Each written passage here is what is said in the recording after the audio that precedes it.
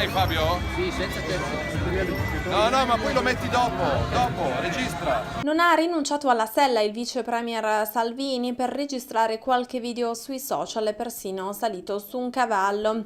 È stato lui il protagonista della giornata veronese. Ha iniziato la mattinata al forum euroasiatico dove ha usato parole distese in merito ai rapporti con la Russia, togliere le sanzioni e riaprire i dialoghi, questa è la strada da prendere.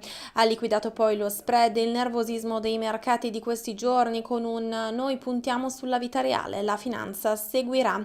Nella tarda mattinata all'inaugurazione della 120esima edizione di Fiera Cavalli, accompagnato dai ministri Centinaio e Fontana, è tornato sul tormentato capitolo Europa. Gli ultimi anni hanno visto l'Europa applaudire a manovre economiche che hanno massacrato gli italiani.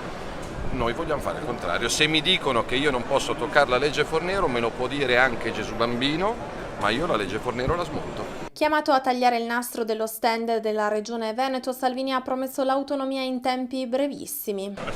Non vedo l'ora di inaugurare i primi tratti di Pedemontana e conto che entro l'autunno il Consiglio dei Ministri approvi l'avvio dell'autonomia e farlo dopo solo 5-6 mesi di governo sarebbe un'enorme soddisfazione. È una sfida che abbiamo colto assieme, è un progetto che abbiamo portato avanti assieme e quindi autonomia per noi veneti è imprescindibile, come lo è per i lombardi e per chi la chiederà. Io tifo perché tutte le regioni italiane chiedano l'autonomia in maniera tale che questa riforma parta direttamente dal basso. Non è mancato un riferimento al disegno di legge sulla legittima difesa passato in Senato, che ora è in esame alla Camera e che sostanzialmente rende la difesa sempre legittima, esclude anche la responsabilità civile. I delinquenti devono sapere che i cittadini per bene sono in grado di difendersi legittimamente senza essere costretti a processi, a cause o addirittura a risarcire i parenti dei rapinatori. Ecco, una cosa che mi faceva imbestialire erano i risarcimenti degli aggrediti